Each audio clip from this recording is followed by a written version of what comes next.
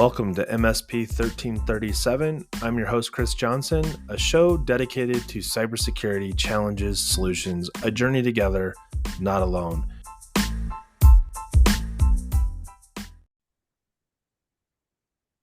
Welcome, everybody, to another episode of MSP 1337. This week, I'm joined by Matt Horning with Blue Tree Technology. Welcome to 2024 and this edition of MSP 1337. Well, thanks, Chris, for having me. You brought up something like, hey, when was I last on the show? And while I do have some that are not repeat, not quite made it to, say, the five-timer club kind of thing, looking back, it's been a really long time since you've actually been on the show. And last week, you and I were talking about something that I think we almost take for granted anymore, and that is data backup. I think largely because to backup data, we've gone from the complexities of backup exec and some of the other things that you and I were talking about earlier, like, writing to a tape drive and the responsibilities that go with making sure that tapes get swapped out. And I think you even mentioned that, you still have one out there, an LTO. I know clients that I used to have that are still running tape backups in their environment. Do you think before we get into the cybersecurity side of this, do you think the 3-2-1 model still is important like it was 10 plus years ago? Depends on what you're backing up to. Most cloud backups that I'm seeing now are backing up with a full backup with forever incrementals after that. I think that's a decent solution as long as the product can support it and does a good job of rebuilding it and getting it back to you in a timely fashion. I think that's But been also, kind of the timely fashion has plagued all backup solutions since the beginning of correct, time. obviously. So if you have a large organization, let's say we have a large backup restore, not specifically you, but let's make it industry-wide, where thousands of customers are trying to restore their data all at the Sure. same time. They're going to throttle that data just like Microsoft throttles data now. If you look at Intune and Azure, and they can't handle unlimited upload or download for you. So there's going to be some type of throttling. Everyone buys they're buying. It's kind of like insurance. Everyone doesn't need insurance at the same time. So obviously that's how the company survives. So, but you need to, to dig in this a little deeper, you need to really define backups. I mean, what was it this Or what needs to have a frequency of backed up? Well, in the last 12 months, we had what? Google Drive had a coding error, and they lost 10 months of data for their clients. Yeah. And so I'd be interested to know how many of those clients thought that was backup, and how many clients thought that data was being backed up by Google. Right. Now, probably in the EULA, they probably say specifically, Microsoft says we don't back up data, and Google probably says the same thing. But most end users, everyday they're not IT people. Their job, right? Right. They're the assumption at a level that's not my service provider, right? Exactly. So anything that's not reading those and understanding them is not, they're making assumptions about their data, and it's not a big deal until it's a big deal. So does this get into like the survivability? Like you mentioned the backup targets, like, it depends on where you're backing up to. So like, I guess that gets into sort of the survivability, because if I can only be down for, a day and everybody's trying to get the data back and we've been throttled and now it's going to take me 30 days to get my data restored, I might be out of business before I get back up and operational. Well, and that's where you start having real questions about, well, what type of backup does your company really need? So I ask the question in many of our clients, say, hey, what is too long of a downtime for you? Right. I get this massive range. Oh, hours to days to weeks to months. Well, until you in start asking about dollars, that it's a very the range shrinks real quick when you start telling them how expensive it gets, the closer to real time you get. yeah, the shorter downtime you have, obviously it's more expensive. Sure. Because you're not just paying for storage, you're paying for a device to spin it up on, and maintenance, and time for someone to look at it and make sure the thing works. I mean, there's a bazillion little things, charges that get rolled into that. And that's not the But point of this episode, right? So I yeah, really not at just, all. we really just went down a rabbit hole, largely because I think for those that listen to the show, they probably are doing a halfway decent job of backing data up. I would We'll hope just, so. I would hope I so, mean, right? yeah, for a 1337 crowd, I That's would right. think that That's they're right. doing a decent job of that. But I'm sure there's people that listen to this that are you Coulda, know, shoulda, want to, haven't done it. or maybe business owners that are considering what a backup is and Yeah. what they need to look at. We had a former client, we sent them a bill and they came back with, well, I can buy 4 terabytes on Google for, $20. And so the lack of understanding of what a backup is and where Yes. it goes Right. is it's shocking to me that you would think there'd be more understanding of that, but there just isn't. Could But it's you send also, me that link though, so I can get 4 terabytes too? yeah, So whatever. They're not clients. So, So so the premise of this episode is not about backing data up as much as it is uh, more in line with language like air gapping or survivability or the data resilience, cyber resilience in the event when there's an event. Can I get my data back? Can I get back to operational, right? Like, so we've had a world where backing up in fact, we had a time where because backups had gotten pretty resilient as far as the data integrity and being able to restore data from backup, there was a lot of like, I don't care that we just got everything encrypted. I'm literally just going to purge my machine, restore the data from whatever backup solution it was. And in many cases, back in business, and obviously we saw that change when they started doing data exfiltration, and now we have a completely different set of challenges. But one could argue that while backup for everything hasn't necessarily been solved, there are really solid solutions out there. And you were sharing with me a little bit about some of the evaluation process that you're going through and the vendors that you're looking at for potentially replacing an incumbent, but more importantly, like, do I have the right vendor solutions in place for my customers? And that kind of goes hand in hand with some of the things that you're seeing, like with the Trustmark, CIS, other frameworks that talk about things like privileged access. Who has access to this data that's been backed up? What kind of access do they have? Should they have access to that data? And just kind of wanted to walk through some of that because I think data backup isn't necessarily the same as saying, how is my data protected when it's getting backed up so that that data doesn't ever get compromised, so that you know that what's in the cloud or on the LTO or wherever it might end up. What does that look like, and why is this so important at an age where we take for granted largely how easy it is to get data moved somewhere else or copied to somewhere else or backed up to somewhere else? Uh, you know, what are you sort of dealing with? And I'm putting you on the spot, and this is why I wanted you on the show for this episode, was largely tied to the fact that what you are dealing with right now has a lot of things to consider that we didn't have to think about 5, 6 years ago. well, yeah, we're thinking about, you go back, what? Let's go back further than 5 or 6 years. I mean, we've been doing direct to cloud for over that now.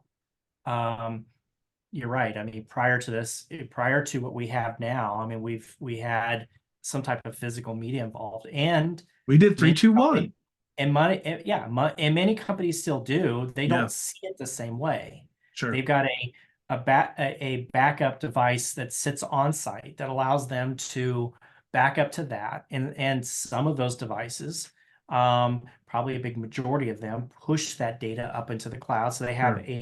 they have a local storage that can be messed with, you know, by a threat actor You're inside the talking about network. kind of pre-direct to cloud being an actual service or SKU that you could actually purchase, right? Like Right. that hasn't been around forever. Like, yeah, we had our Carbonites and drop suites and some of the products that are out there that allow you to do in most cases were just file based.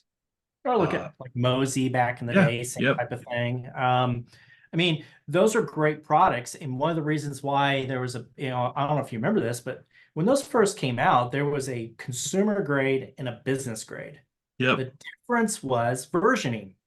yep, So in the business grade, you would buy it was a difference in price. It wasn't huge, but it was significant enough that gosh, I could back up my machine for $9.95 a month, unlimited backups. Well, it kept the current version up. So if you ever had something like early it was more like like versioning ransomware, control. It wasn't it. It was more like file sync share with versioning control was a lot of the products in that space. yeah, exactly. There was and they weren't really doing they weren't like OneDrive doing backups in real time. It was more of a scheduled process. Sure. But you went from that to then ransomware showed up. Ransomware Yeah. then showed up and then broke a big chunk of these. I don't know if there's any backups out there that don't have some type of version control. Even OneDrive has got something. So Yep. the point is that that's moved on. We've moved beyond that. Now we're Sure. looking at, okay, we now have backup companies that, in my opinion, are losing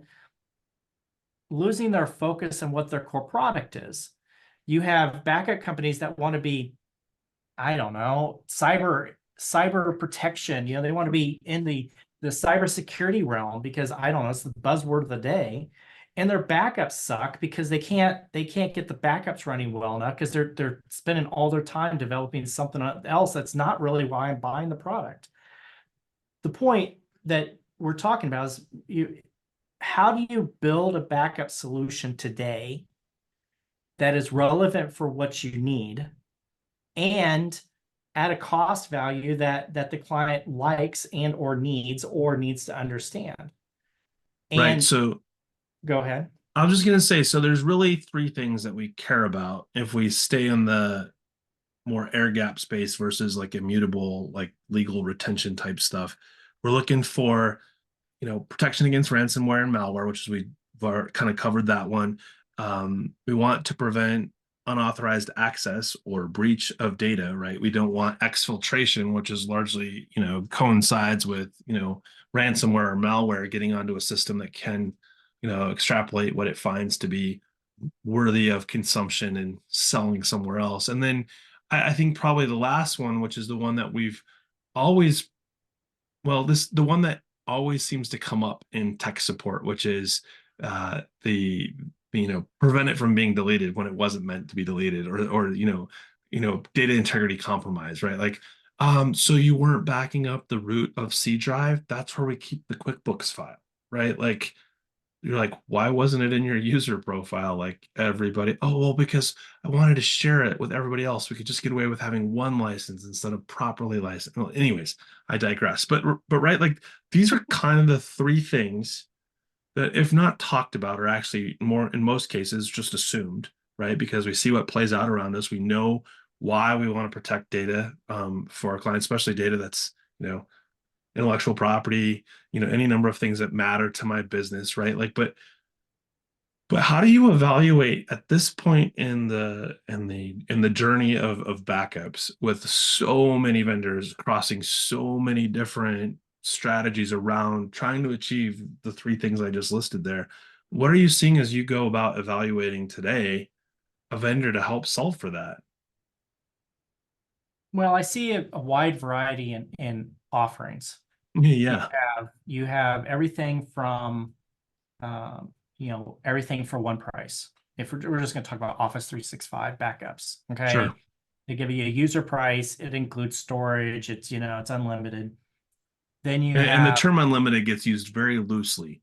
yes. So there's a limit to it, but in most world of Office 365, it's probably unlimited. Right, you're Uh, not paying for per gigabyte backup anymore. It's not, you don't have a slash next to the backup plan that you're on, because Yeah. really in the model that we're talking about it, they're pricing based on users or mailbox or some sort of structured model that's based on either people or Well, objects, but not and your necessarily users storage. is the 80/20 rule, right? You got 10% of people that barely use their email, 80% that use it moderately. Then you have, the 10% at the very top that use all the storage. Right, One of because those, that's their filing system for everything. And heaven forbid you purge their deleted items, because that's where everything is stored. because they store everything in their deleted items. Right, because So now it's yeah, marked as read.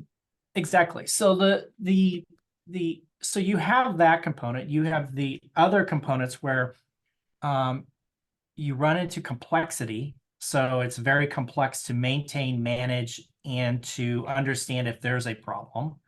Or we used a backup solution for a while that we didn't even realize. It said, well, Office 365, we checked the box, not realizing, oh, you have to check the box for each tenant, or not tenant, but each component. So, oh, you need to check the box for OneDrive and Teams, and as opposed to saying, here's all the things I want backed up and go, it literally Yeah. wanted us to check all the boxes. The the frustration I have when looking at backups as what I'm going through right now is that there's no apples to apples at all. I mean, It's not Office standard. 365, there's no standard. Office 365 backups, okay, that is a backup that um, you would think, oh, just check the box. Well, there's Right. all these things inside of Office 365. You want to get all this stuff backed up too. So there's complexity there. Now, if you're talking about SaaS products, oh, we got clients on Salesforce and QuickBooks Online. Do we need to start backing up QuickBooks Online? Is that something we're going to be offering? What about Salesforce? What about whatever CRM they're on? And once you get out of the realm of Office 365 and Google Suites, okay, Yeah. your ability to back up a SaaS product goes down pretty drastically because they have to build that internally for them. Sure. So there's that component. The other part that you touched on a little bit ago, that this can't be a one-way discussion. You touched on something. Elaborate on the one way.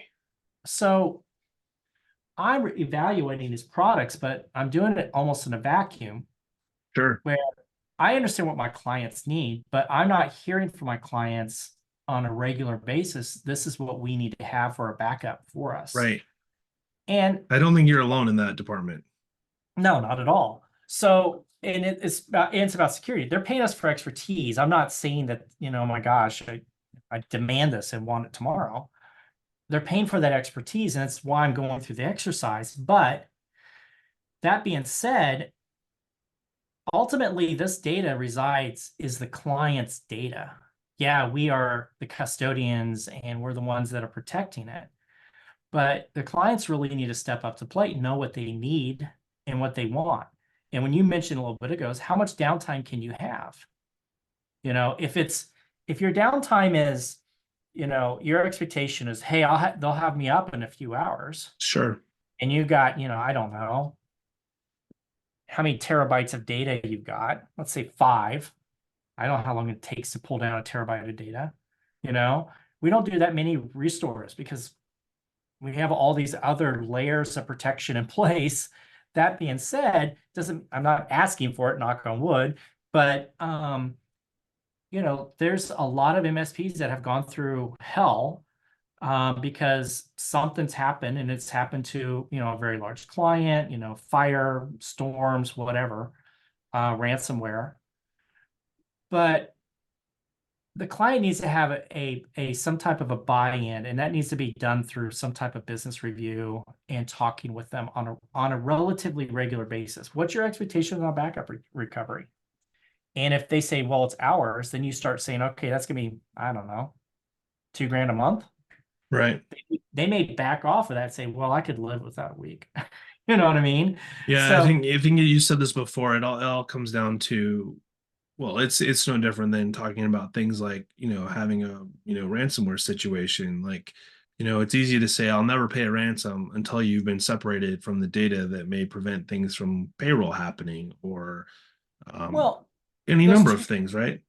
there's two cases that just recently happened. There was a case last week I read. There's a hospital in the Northeast somewhere that is suing the cloud provider that has their data. Yeah, I believe that company's Wasabi that has it, that's holding it. I don't think Wasabi's trying to keep it from them, but it's encrypted. It's whatever. But the sure. other one I thought was interesting, and this throws a monkey wrench in your backup stuff, is there is a regulation, I think it's for financial institutions that they are to report a data breach Yep. in a certain number of hours to the I think SEC. it's 72 hours. 72 hours. And, well, if you've got an amazing backup, just restore all my data and move forward. Well, Then what's you the got a ransomware forensics companies doing? window. Yeah. The ransomware companies coming out, or like I say that bad. The ransomware um, criminals Right. are now sending out things saying, "Hey, you haven't reported to the SEC. Well, your ransom just went up, and we're reporting you to the SEC." I Yeah. I I, mean, compliance is going to push some of this, but sure.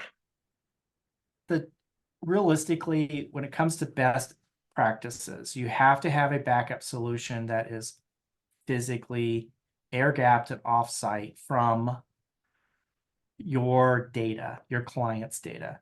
And you mentioned something, I think you probably mentioned this off air, but what happens if we get breached? Yeah. We have keys to the castle, and that's something that we need to look at and consider. Not again, you talk about features and backups.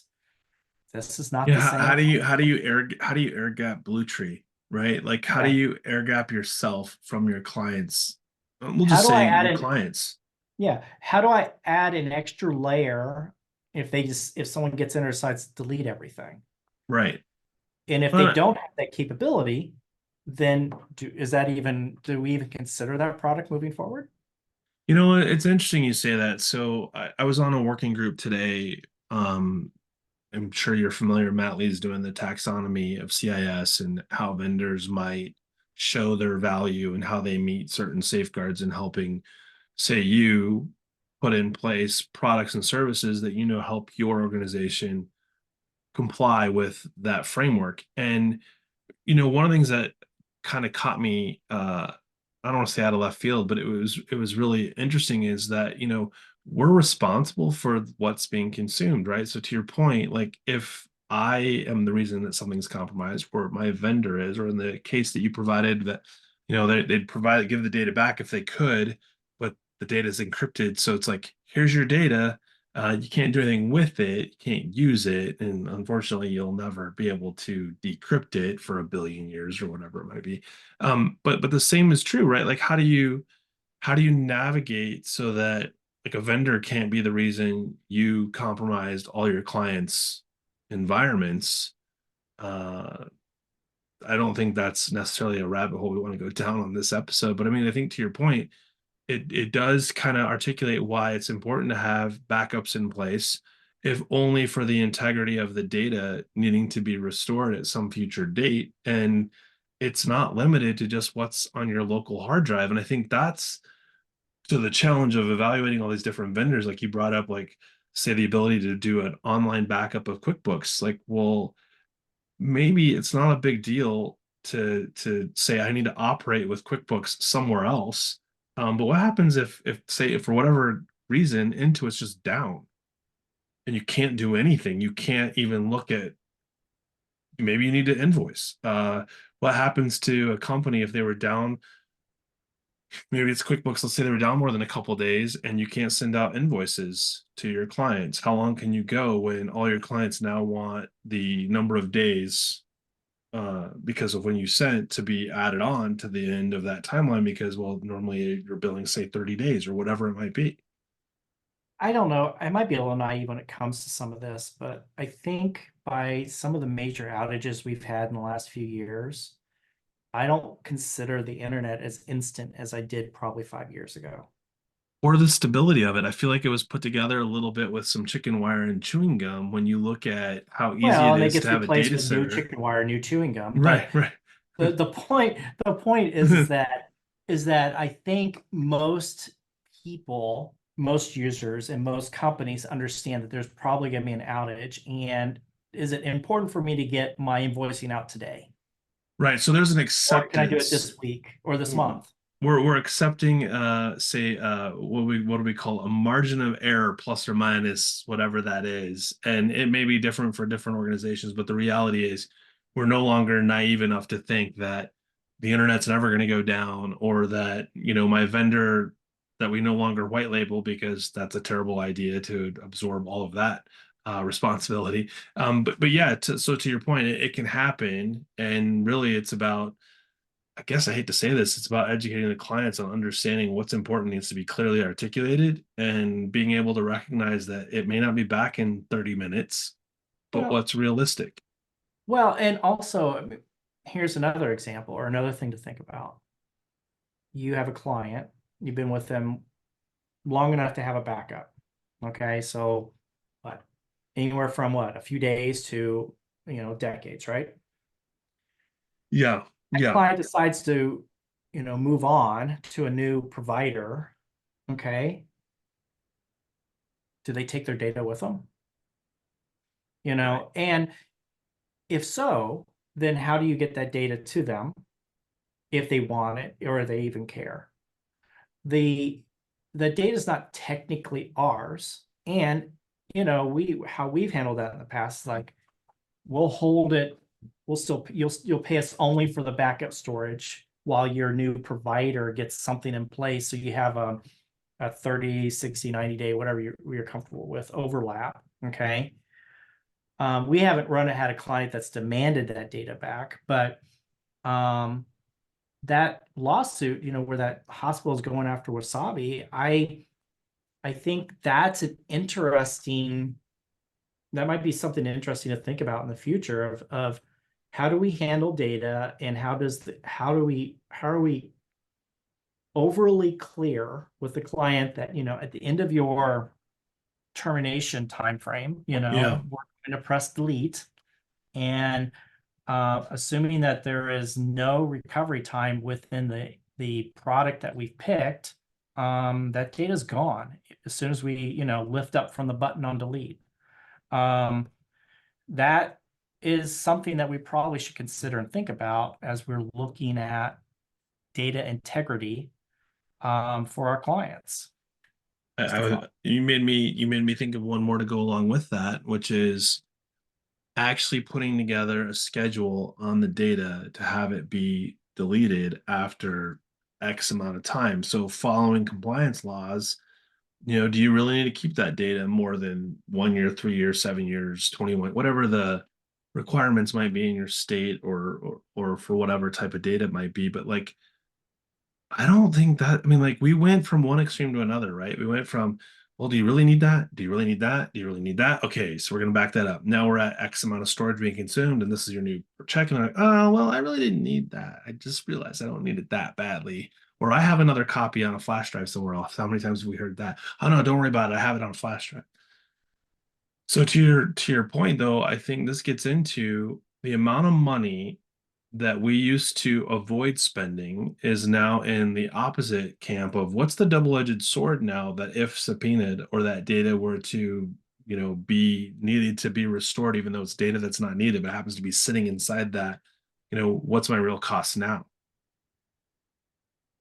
And Those are, can you move away from that product that you're using because you have a company or a government agency that is requiring some type of sunshine law stuff or whatever? The how many solutions cover you there, right? So like if I go into the portal and dial in my backup solution, I got the incrementals and the frequency and all that. How do I go in there and say, but if the date goes past X, so 2020, 2017, so now we're at 6 years, or 7 years, let's say it's 7 years.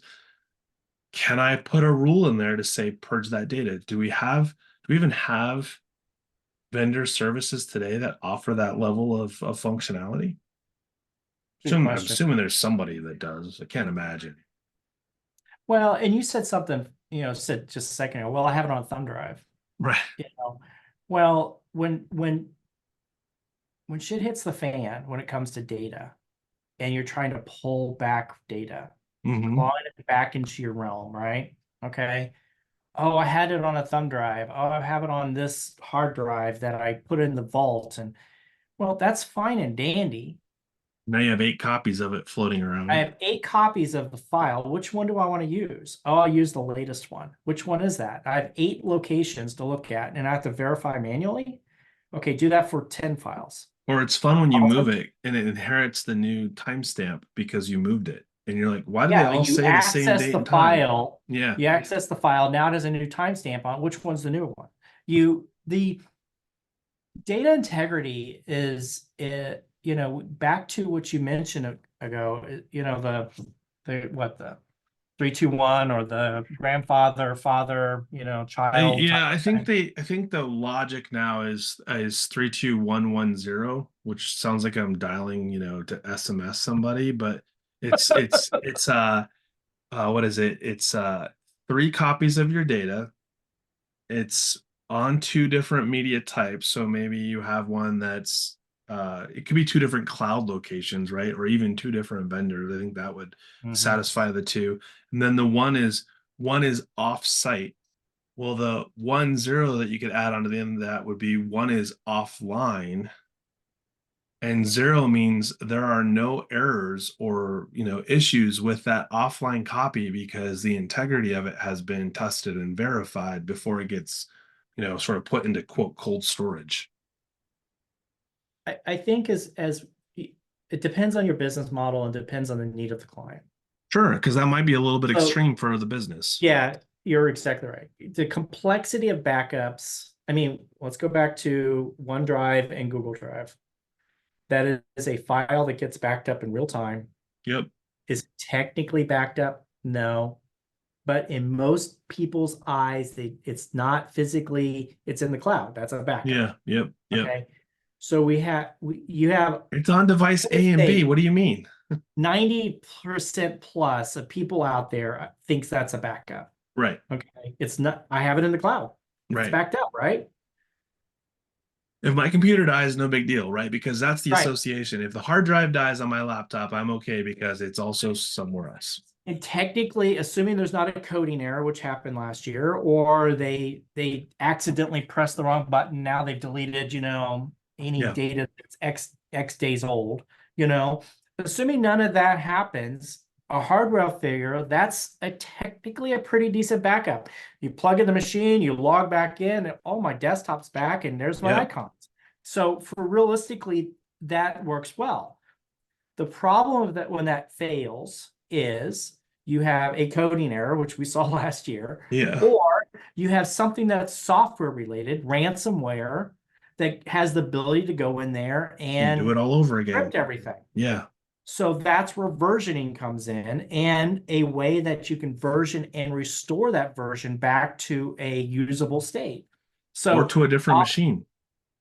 offline or whatever Sure. you want to call Yeah. that, Yep. okay, that's fine. The point is that when you look at you look at that component of what versioning you have, it's most backups that a MSP or a IT department for a company would look at would have the ability to put in some type of versioning. You could think of this in really simple terms. A version is a tape. Monday tape, Tuesday tape, Wednesday tape. That was a version. Okay. Right. In simplest physical term, in the world of cloud backups, version is literally timestamps. If they're backing up once a day, it's every day. If it's twice a day, it's twice a day. Whatever the point is that Yeah. you have those type of versions you can go back to.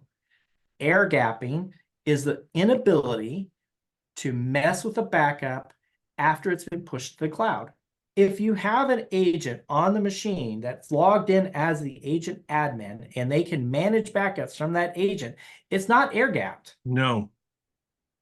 And sadly, there are a lot of vendor products out there today that if you don't change the configuration, they do that by default, right? Exactly. So what's the first thing they do? They get in there. Oh, I have access to backups. Delete them Delete. all. Okay. And then kill the backup jobs or Right. allow the backup jobs after the encryption's happened. So now I've got a bunch of junk up there. And then so that there's that component. Everything we're looking at gets managed from the cloud. So even if you were to get into, the only thing you do is kill the existing backup that's happening in real time, but you can't actually manipulate the data that's in the cloud. Well, Back to Matt, Go ahead. I was just gonna say, when you figure out if you got all the things that you wanted in your backup solution, so like the ability to go direct to cloud without an appliance, some of the other things we've talked about, please fill me in. I think we've covered, I think, a lot of what should be part of a backup solution, a secure backup solution. Is there any last something that we might have missed that you want to share with the audience before we sign off? I'll do a wish. And I maybe a wish prayer? vendors used their own products and understood how hard or how easy it is for them to do backups. I You get like that. people that are coders and they're like, oh, I'll add this widget and we'll do this, and not realizing that's added an additional 10 minutes of maintenance or whatever on. Sure. It may not sound like a lot, but when you're doing hundreds and hundreds of clients, Yeah. that adds a lot of time. I would love to see backup vendors going back to the roots and making their backups exceptional. They just work. Right? Yeah. A storm comes through, power up the machine, the thing wants to back up again. I just want things to work. And the other Right. thing I would like to see is more open capability to back up SaaS products that are not the main big names. Some type of API that I can pull my data down in for whatever product it is Well, in you're case. talking about standard, you're talking about a standard of the way data gets stored, right? So like you look at like OSCOL, which is, NIST has kind of created that standard, and you're starting to see the GRC platform space standardize on, or at least allow for that to be import export data using that format. I think that kind of goes hand in hand. We see this with EMR vendors and the HL7 format for data information exchange. So I think I don't think you're wrong. I think that's where more vendors need to start thinking like, how does my data get backed up? If it's not going to be backed up by a third party, how do we show evidence or proof to a client and give them the ability to manage the number of backups of their own data? Like, yeah, in some cases, I'd be totally fine if it was whether it's Yep. QuickBooks or whatever. I'm using their backup solution, even if I have to pay for it. But I don't, a lot of them that do offer a backup solution, it's like it's either on or off. There's no like real Well, detail on what you get. and you said something interesting, evidence. There Yeah, I should be want a the evidence. if you go in QuickBooks, you should click on the gear, and under the gear there Right. should be backup, and you click on backup, and your the one that comes with the service, you get a backup, and it's 7 days of backups. Sure. Just that'd be fine. Did it backup successful last 7 days? Great. You want the enhanced version? It backs up every hour, whatever. Or give me the ability to restore it locally just to see that the data's there. Yeah, some ability for us to take ownership and work with the vendor. And gosh, a vendor, that would be an upsell for them. I think But we again, just went down like there's an episode dedicated to wish list items for backup vendors, and really it could be any vendor at this point. We're saying all vendors, tell us about your backup component that we can see, touch, feel, and show evidence for. it's a new Uh, year. This should be This like the hey, of it's the beginning of the year, 2024 and as video. of right now, all of our backups have been 100% spot on. So far, I haven't had to use them, but I'm gonna just go with no errors means no problems. Matt, thank you so much for being on. For those of you listening, this has been an episode of MSP 1337. Thanks, and have a great week.